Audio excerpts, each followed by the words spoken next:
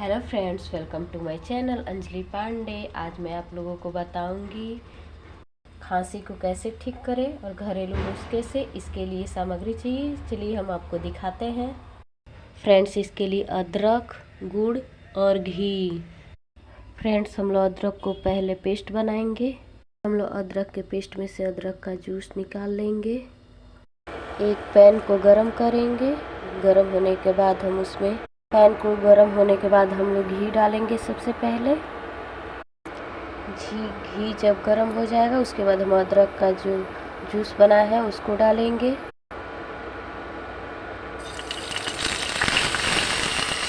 बाद हम लोग गुड़ डालेंगे।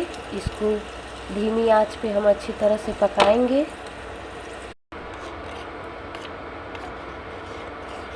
फ्रेंड्स, इसको अच्छी तरह से पकाएंगे। अगर वीडियो आपको पसंद आई तो प्लीज़ लाइक करिए, शेयर करिए, चैनल को सब्सक्राइब करिए और अच्छे ऐसे ही और वीडियो देखने के लिए मुझे सपोर्ट करिए। मिलते हैं अगले नेक्स्ट वीडियो में। Bye bye.